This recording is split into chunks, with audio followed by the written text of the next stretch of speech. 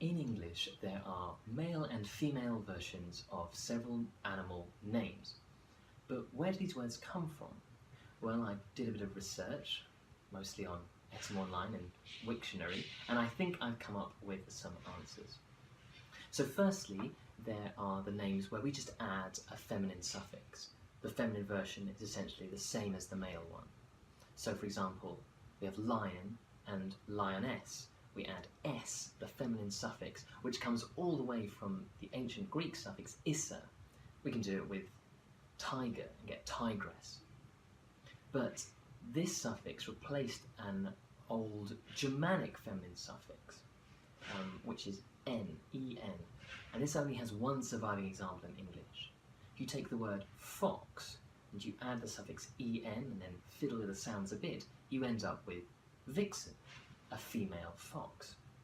And in Old English, this suffix n actually was more productive, and you could have words like rufen, which means a female wolf. Then we have the words where the male and female versions come from the same original word, but sound changes have led to them sounding different now. So for example, the pair goose and gander. These both come from a Proto-Indo-European root, gans, which means goose, and then in the male form it turned to ganra, and the female form became gans. With the male word ganra, a D sound slid itself in between the N and the R, a process called epenthesis, and we got gandra, which became gander. This same process happened with the word thunor to make it thunder. Gans, on the other hand, underwent something called the Ingvaeonic nasal spirant law. What this means is that in languages like Old English, where you have a nasal sound, like to your nose, followed by a spirant or fricative sound, like a s, and both of them are preceded by a vowel, what will happen is that the nasal sound will drop away. So you take the word gans, apply that law, and again some vowel change laws, and you go from gans to goes to goose, with the N having fallen out. So gander and goose. Then there are some male-female examples where they come from different original words. So for example, the word cow comes from the Proto-Indo-European root, ultimately gu, which means ox. But the male form bull comes either from a Proto-Indo-European root bel, which means to blow, or a Germanic root meaning to bellow, both presumably to do with the loud noise that bulls can make. And then we also have stallion and mare. Stallion comes from the Old French estalon, which has cognates with stall and stable, presumably because you keep a stallion in a stall or a stable so it can mate with the mares. And mare comes from a Germanic, Proto-Germanic root marchion, which has cognates in some Celtic languages and leads us to mare.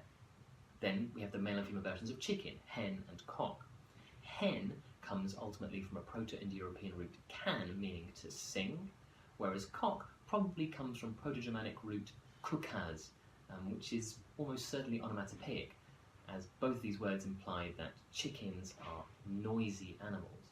Incidentally, the word rooster doesn't appear until the 1700s or so, and literally means something that roosts, and it became a preferred alternative word in America as a puritanical alternative, as the word cock was developing rude undertones. Then we have some examples that are very similar to the examples I've just listed, but where one or both of the words is much more of a mystery.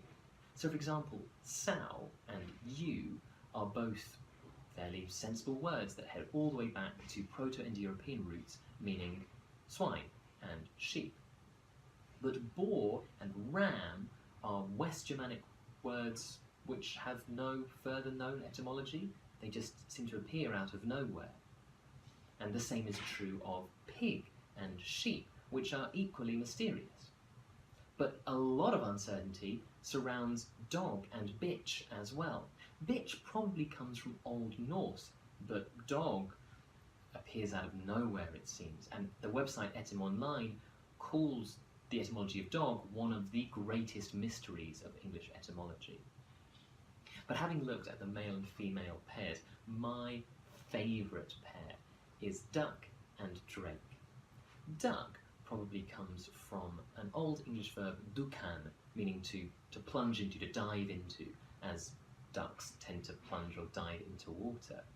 Drake comes from a Proto-Germanic root anudreko, which comes from two words, anuds, meaning duck, and reko, meaning ruler or king.